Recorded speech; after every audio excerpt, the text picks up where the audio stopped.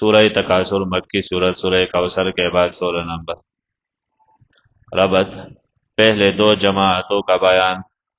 تو اب یہ تباہ کیوں ہوں گے کچھ لوگ، تو اس کا سبب ذکر ہے، حاویہ میں کیوں جائیں گے؟ محبت دنیا کے وجہ سے، دنیا کے محبت کے وجہ سے۔ تو محبت دنیا، ریا بھی دنیا ہے، دکھلاوا، شہرت، یہ سب چیزیں دنیا ہے۔ تو ان کی وجہ سے ان کے اعمال میں اخلاص نہ تھا، اس کثرت کے شوق نے ان کے اعمال سے اخلاص سب کچھ نکال کے رکھ۔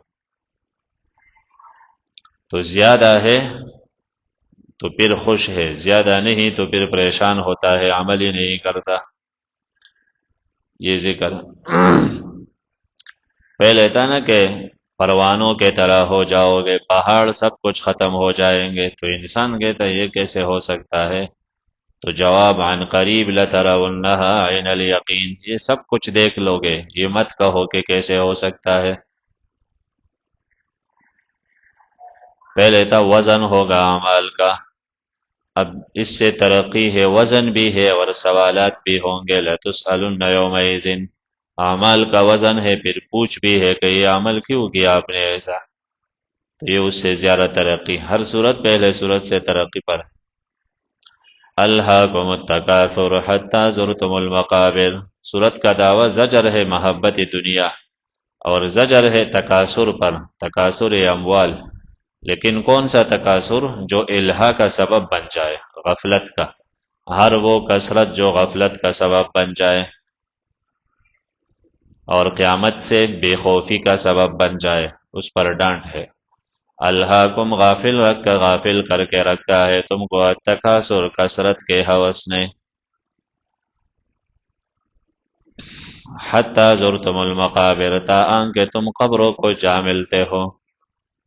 آیات کا ایک معنی کثرت کا اتنا شوق ہے کہ کوئی آواز تمہیں جگا نہیں سکتا جب تک تم وفات نہ ہو جاؤ، مرتے دم تک خطرناک آپریشن ہو جائے بندے کا، اور زندگی 10% امکان ہے، کبھی ڈاکٹر کہتے ہیں 5% امکان، لیکن پھر بھی اس کو اپنے مال دولت کا فکر اور یہی معاملات کا کہیں گے۔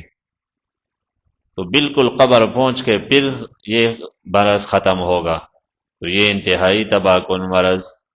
دوسرا معنی حتی زرتم المقابر، کچھ لوگ قبروں میں کیوں جاتے ہیں؟ قبروں کے پاس، مزارات میں اس لیے جاتے ہیں کہ مجھے دنیا ملے، کبھی ایک مزار پہ کبھی دوسرے پر، کاروبار نہیں ہے آج کل۔ تو تم اللہ سے اتنے غافل کثرت کی وجہ سے کہ اب معبود کو چھوڑ کر مخلوق سے، قبروں سے بھی دنیا مانگتے ہو۔ تیسرا یہ بھی ہے کہ قبرستان جا کر تو پھر بھی دنیا کے باتیں، مردے کو تدفین کرتے ہو قبر کے کنارے کھڑے، اور پھر بھی موبائل پر کاروبار کے بعد، کبھی تصویر نکال کے، اور کہ بس یہ مشہور ہو جائے۔ جو آخری مقام ہے انتہائی تنبیہ کا، اس پر بھی تم بیدار نہیں ہوتے ہو۔ اسی طرح کچھ جاہلیت میں لوگ مقابر جا کر اور اپنے مال دولت کا نمائش کرتے تھے وہاں عرس میں، کہ فلاں اتنا مالدار ہے، اتنا دیا۔ تو جو تنبیہ کے جگہ ہے، بیداری کا، تو تم وہاں بھی نمائش کرتے ہو دنیا کا۔ اور اسی طرح جو جا کے وہاں شریعت کے خلاف اعمال کرتے۔ قبرستان جانا کیوں ہے؟ ایک تو اس لیے کہ قبر والوں کے لیے دعا کریں، ان سے نہ مانگے، وہ خود محتاج ہے، اب اعمال نہیں کر سکتا، تم کر سکتے ہو، تو ان کے لیے مانگے اللہ سے بخشش، ایک۔ اور دوسرا عبرت کے لیے بندہ وہاں جائے کہ آخرت یاد آئے۔ یہ دو مقاصد، کہ جب بندہ جائے السلام علیکم اہل القبور، تو سلام کہے، سلام معنی کیا؟ دعا ہے، اللہ تمہیں سلامت رکھے۔ تو ایک تو ان کے لیے دعا، اور دوسرا عبرت کیا؟ انتم سلفنا ونحن بالاثر، بس تم ہمارے پیشرو ہو، ہم تمہارے پیچھے آنے والے، یہی عبرت ہے۔ تو یہ دو مقاصد اس دعا میں ہے۔ اس لیے مفسرین یہاں لکھتے ہیں جو عورتیں قبرستان جا کے اور وہاں ماتم کرتی ہے، کبھی شریعت کے خلاف اعمال کرتی ہے، بلکہ بہتر ہے کہ نہ جائے۔ عورتوں کے مزاج پر کوئی کنٹرول نہیں، تو یا تو جا کے وہاں شرکیات کرے گے، یا شرکیات نہیں تو رشتہ دار کا قبر ہے، باپ بیٹے کا قبر ہے، تو پھر ماتم کرے گی، روئے گی چیخ کے ساتھ۔ تو یہ گئی تھی پاک اور واپس آئی گناہ کا ایک بوجھ لے کے واپس آئی، تو اس جانے سے کیا فائدہ؟ یہ تو وبال لے کے وہی سے واپس، جو قبر عبرت کے جگہ ہے وہی سے گناہ کا بوجھ لے کے آئی۔ الہاکم التکاثر، پھر تکاثر عام ہے، یعنی صرف مال کا نہیں، اولاد کے کثرت ہو، مال کا ہو، عہدہ ہے تو ایک عہدے سے آگے بڑھے، دوسرا تیسرا، جماعت ہے تو بس افراد میرے بڑھ جائے، شہرت ہے تو جتنے ہیں لاکھ میرے فالورز ہے تو 2 لاکھ بن جائے، یہی شوق ہے۔ اس میں وہ بھی داخل ہے کہ جو دنیا کے لیے تصانیف کرتے ہیں، علماء لکھتے ہیں، وعظ کرتے ہیں، تقریر، میرے مرید یہ بڑھ جائے اور مقصد شاگرد بڑھ جائے اور مقصد دنیا ہے کہ بس شہرت ہو، تو یہ بھی غفلت میرا، یعنی اس کثرت نے تو تمہیں اللہ سے غافل کر دیا۔ تو یہ کثرت مہلک ہے، اس لیے اکثر اولیاء اللہ خلوت پسند ہوتے ہیں، شہرت سے بہت دور بھاگتے تھے، اور اکثر لباس ان کا شکل صورت ایسا ہوتا کہ کوئی پہچان نہ لے، اس لیے کہ یہ پہچان اور یہ زیادہ تعارف شہرت انسان کے حقیقت روحانیت کے لیے زہر قاتل بن جاتا ہے، اور حقیقت بھی ایسا ہے۔ تو اور حدیث میں اس طرف اشارہ ہے، جو مشار الیہ بالبنان بن گیا تو تباہ ہو گیا، جن کے طرف لوگوں نے اشاری شروع کی مشہور ہو گیا تو یہ تو تباہی کے طرف گیا۔ الہاکم التکاثر، اس لیے یہ زیادہ شہرت نہ ہونا اور انسان کے پاس وقت زیادہ بچ جاتا ہے اپنے اللہ کے لیے اور خطرات میں کم پڑتا ہے، یہ ایک نعمت ہے۔ یک زمانہ میں یہ خواہش تھی کہ جانے ہم کو لوگ، اب یہ رونا ہے کہ میں اتنا کیوں جانا گیا۔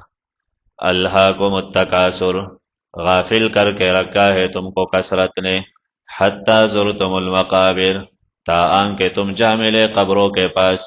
کلا، ہرگز ایسا غفلت نہیں چاہیے، ایسا ہرگز نہیں چاہیے۔ سوف تعلمون، بہت جلد تم سمجھ لو گے۔ ثم، میں اللہ پھر کہہ رہا ہو، کلا، ہرگز ایسا غفلت نہیں چاہیے۔ سوف تعلمون، بہت جلد تم جان لو گے، پہلے جان لو گے قبروں میں، اب پھر جان لو گے قیامت میں۔ کلا، ہرگز ایسا نہیں چاہیے۔ لو تعلمون علم الیقین، ایک معنی لو شرطیہ، اگر تم جان لیتے علم الیقین، یقینی جاننے کے ساتھ، تو جزا محذوف ہے، لما الہاکم التکاثر، اگر تم یقینی علم ہوتا، اب تو صرف زبانی دعوی ہے بس، یقینی طور پر جان لیتے تو کثرت تمہیں غافل نہیں کر سکتا۔ کتنے اولیاء اللہ کہ دنیا کی حیثیت ان کے نظر میں کچھ بھی نہیں، نہ بادشاہوں کا نہ کسی کا، اس لیے کہ دل یقیناً تسلیم کر گیا کہ دنیا کے کوئی حیثیت ہی نہیں۔ لَتَرَوُنَّ الْجَحِيمَ، تم ضرور جہنم دیکھو گے جو دوزخ کو، برزخ میں جا کے، قبر میں جا کے سب کچھ دیکھ لو گے۔ ثم، پھر سن لو اے لوگو، لَتَرَوُنَّهَا، تم ضرور دیکھ لو گے دوزخ کو، عین الیقین، آنکھوں کے دیکھنے کے ساتھ۔ ثم، پھر لَتُسْأَلُنَّ، باز پرس ہوگی، سوالات ہوں گے، یومئذ، اس دن، نعمتوں کے بارے میں، ہر نعمت کا سوال ہوگا۔ تو پانی نعمت ہے، پانی پی کے آپ نے شکر ادا کیا کہ نہیں؟ کھانا نعمت ہے، تو کھانا کھانے کے بعد آپ مجھ سے غافل بنے یا میرے وحی کے مطابق چلے۔ صحت نعمت ہے، سب سے بڑھ کر نعمت تو قرآن ہے، اور پھر قرآن کے لیے بیٹھایا اللہ نے تو یہ بڑا نعمت، تو آپ نے کیا قدر کی؟ پھر آپ کو اللہ نے قرآن کے لیے بیٹھایا تو آپ نے کتنے لوگوں کو بیٹھایا قرآن کے لیے، کتنوں کو دعوت دی؟ یہ سوالات ہوں گے، اس نعمت کا آپ نے کتنے قدردانی کی۔